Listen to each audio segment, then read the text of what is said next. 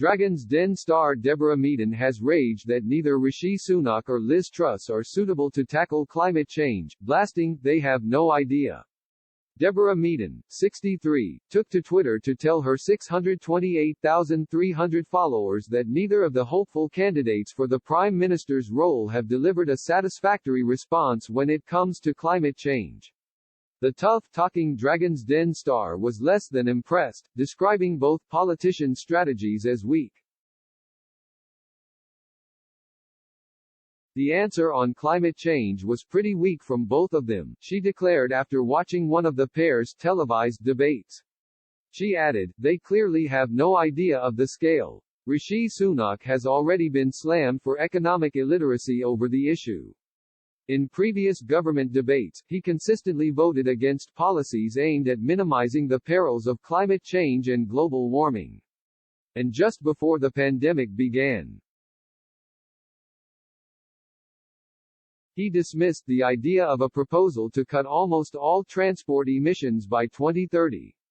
Back in 2016, he chose not to vote in favor of lowering the maximum carbon emissions for new homes. Meanwhile, he even stood against plans for a windfall tax against oil and gas companies. However, he did create incentives for those who installed eco-friendly insulation in their homes, and cut VAT for those who chose to install solar panels on their homes. Plus, he also grabbed attention when his budget statement announced he would like to divert £1 billion to a net zero innovation fund. When asked what members of the public could do in the fight against climate change, Mr. Sunak simply suggested recycling, a technique that many have argued would not go far enough. Meanwhile, Liz Truss was keen to let the world know that she had been an eco-warrior before it was fashionable.